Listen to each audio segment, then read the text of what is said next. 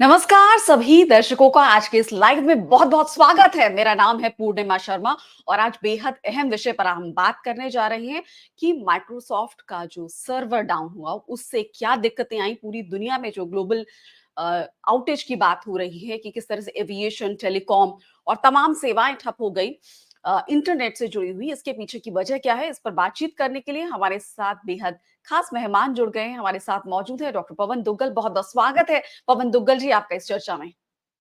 धन्यवाद। बहुत अच्छा लग रहा है आपके लाइव प्रोग्राम पर आते हुए।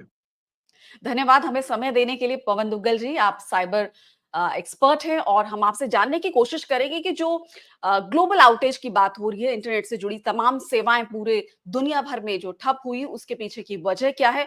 क्या इसे साइबर हमले के तौर पर देखा जा रहा है पवन दुग्गल जी? और क्या हमें सावधान हो जाने की जरूरत है? क्या ये अब तक की सबसे बड़ी इस तरह की इंटरनेट से जुड़ी हुई, इंटरनेट आईटी वर्ल्ड से जुड़ी सबसे बड़ी घटना बताई जा रही है इस तरह का आउटेज होना? इतिहास साक्षी है इस बात का कि इतने जी, बड़े पैमाने पर इस तरह का साइबर इंसिडेंट पहले नहीं हुआ है। ये वो जी, इंसिडेंट है जिसके माध्यम से लगभग हर राष्ट्र में विद्यमान कंप्यूटर्स इम्पैक्ट हुए हैं और कंप्यूटर्स ही नहीं इम्पैक्ट हुए, साथ ही साथ बहुत सारे क्रूशल सेक्टर्स भी इम्पैक्ट हुए। चाहे उड्डयन, सिविल एविएशन सेक्टर हो, चाहे जी, हॉस्पिटल्स हो, चाहे वो स्टॉक मार्केट हो, चाहे वो बैंकिंग इकोसिस्टम है या चाहे वो कॉर्पोरेट वर्ल्ड के कॉर्पोरेट ऑपरेशंस ही क्यों ना है।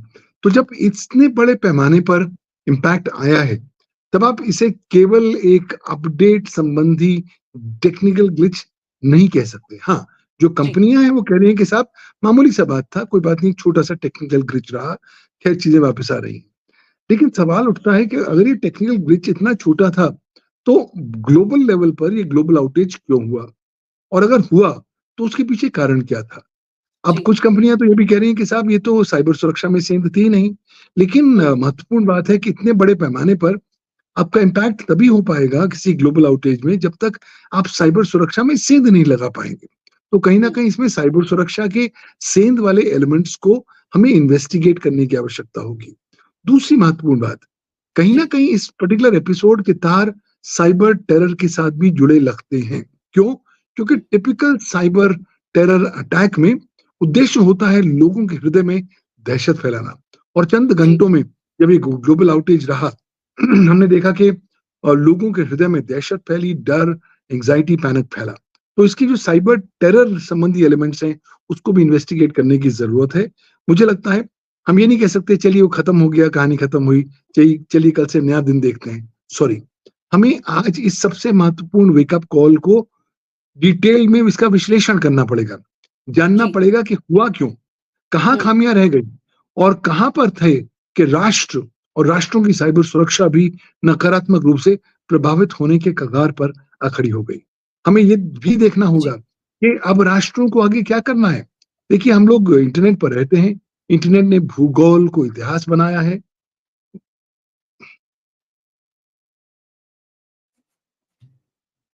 जी, ये जो स्क्रीन है ये आपकी तरफ से हुई है।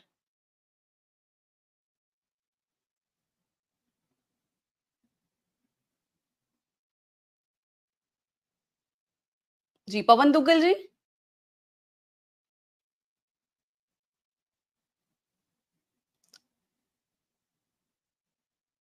तो हमारी बातचीत हो रही है पवन दुग्गल जी से जो कि साइबर एक्सपर्ट हैं और उनसे बातचीत करने की कोशिश कर रहे हैं कि जो माइक्रोसॉफ्ट का जो सर्वर डाउन होने की बात हो रही है, जो तमाम सेवाएँ पूरी दुनिया भर में जिस तरह से उन पर प्रभाव पड़ा है, विमान सेवाएँ जितनी उड़ानें हैं वो कैंसल हुई, बैंकिंग सेक्टर पर इसका असर पड़ा, स्टॉक मार्केट पर इसका असर पड़ा, क्राउड स्ट्राइक नाम की एक कंपनी से इसको जोड़कर देखा जा रहा है कि वहाँ कोई दिक्कत आई, वहाँ कोई बग आया, जो कि माइक्रोसॉफ्ट को सेवाएँ देती है। इसके अलावा तमाम तरह की जो इसके बारे में बातचीत की जा रही है कि ये एक साइबर हमला हो सकता है?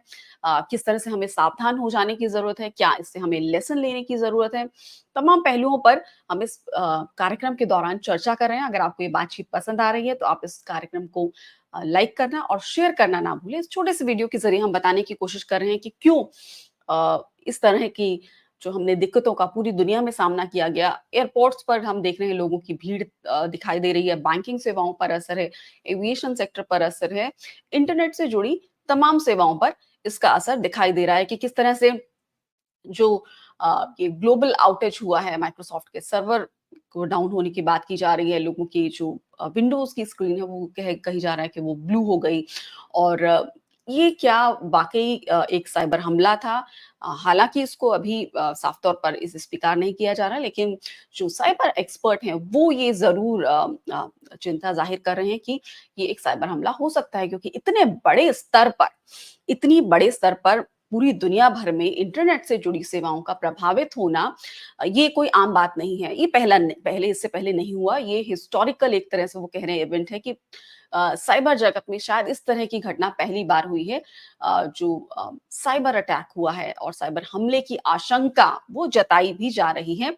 हालाँकि इसे औपचारिक आधिकारिक रूप से अभी तक स्वीकार नहीं किया गया है, लेकिन जो एक्सपर्ट हैं, वो इस मामले में ये बिल्कुल कह रहे हैं कि ये एक साइबर हमला की जाँच की जानी चाहिए, कहीं ये साइबर हमला तो नहीं था, क्योंकि इतने बड़े स्तर पर अपडेशन के दौरान इस तरह का होना बात कभी सामने नहीं आई है। तो ये हमारी चर्चा में हम बात कर रहे हैं कि लगातार किस तरह से जो अ, ग्लोबल आउटेज है या जो जिस माइक्रोसॉफ्ट को सेवाएँ देने वाली क्राउडस्ट्राइक कंपनी का नाम आ रहा है, या फिर हम कहें कि किस तरह से जो तमाम सेवाएँ हैं इंटरनेट से जुड़ी हुई, चाहे उड़ानों की बात हो, चाहे बैंकिंग सेवाओं की बात हो, चाहे ब्रॉडकास्टर चैनल्स जो हैं, टीवी चैनल्स हैं, उनके यहाँ भी इसका असर पड़ा। वो आप शायद अपनी सेवाएँ नहीं दे पा रहे, ब्रॉडकास्ट नहीं कर पा रहे। तो तमाम इस इंटरनेट से जुड़ी तमाम सेवाओं पर इसका असर पड़ा है और इसको अब सामान्य होने की बात की जा रही है सेवाओं की, लेकिन इससे एक सबक सीखने की भी ज़रूरत है कि हमें अपने जो साइबर स्पेस है उसको सुरक्षित किए जाने की और भी ज़रूरत है। कोई भी एक जगह ना छोड़ी जाए, कोई भी ऐसा लूपहोल नहीं छोड़ा जाए जिससे कि जो साइबर अपराधी हैं वो इसमें सेंध लगा पाएँ। तो साइबर जगत में खुद को सुरक्षित रखने की ज़रूरत है। जो साइबर एक्सपर्ट्स हैं वो लगातार इसको लेके हमें आगाह करते रहते हैं, बताते रहते हैं कि किस तरह से हमें जागरूक रहना चाहिए, सतर्क रहना चाहिए इंटरनेट पर अपना जब भी हम किसी इंटरनेट जगत में जाते हैं अपने किसी भी पर्सनल जानकारी को शेयर करने से हमें बचना चाहिए। किसी भी ऐसे लिंक पर क्लिक नहीं करना चाहिए जो कि हमें हमारे मोबाइल फ़ोन पर आता है, क्योंकि इससे हमारा मोबाइल फ़ोन हैक हो सकता है अगर वो ऑथराइज़्ड नहीं है तो। अगर अननोन जगह से कोई लिंक आ रहा है तो उस पर क्लिक ना करें। मेल्स आती हैं, फ़िशिंग अटैक की बात होती है। तो जिस तरह से कहा जाता है कि स्पैम आते हैं और फिर कुछ इस तरह के मैसेजेस आते हैं कि इस लिंक पर क्लिक कीजिए, या आपको कोई फ़ोन पर मैसेज आ जाता है कि इस लिंक पर क्लिक कीजिए, तो कभी इस तरह के लिंक्स पर क्लिक नहीं करना चाहिए। इससे आपके जो भी चाहे आपका लैपटॉप है या आपका मोबाइल है, उसमें सेंध लग सकती है। बहुत सारे लोगों का ऐसा भी कहना है कि उनके अकाउंट भी वो खाली हुए। तो बैंकिंग सिस्टम में इस तरह के फ़िशिंग अटैक देखे जाते हैं।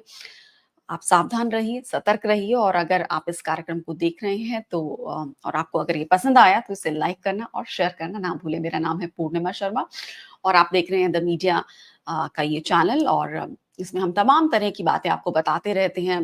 तमाम जो भी इश्यू आपकी ज़िंदगी पर असर डालते हैं, जो भी मुद्दे जिनका आपकी ज़िंदगी पर असर होता है, उनको हम आप तक लाने की कोशिश करते हैं और कोशिश करते हैं कि उन मुद्दों की गहराई तक हम जाएँ, उन मुद्दों की तह तक हम जाएँ, ये बताने की कोशिश करें आपको कि वाक़ई ये मामला क्या है और हमें क्यों इसको लेकर सतर्क और जागरूक रहने की ज़रूरत है।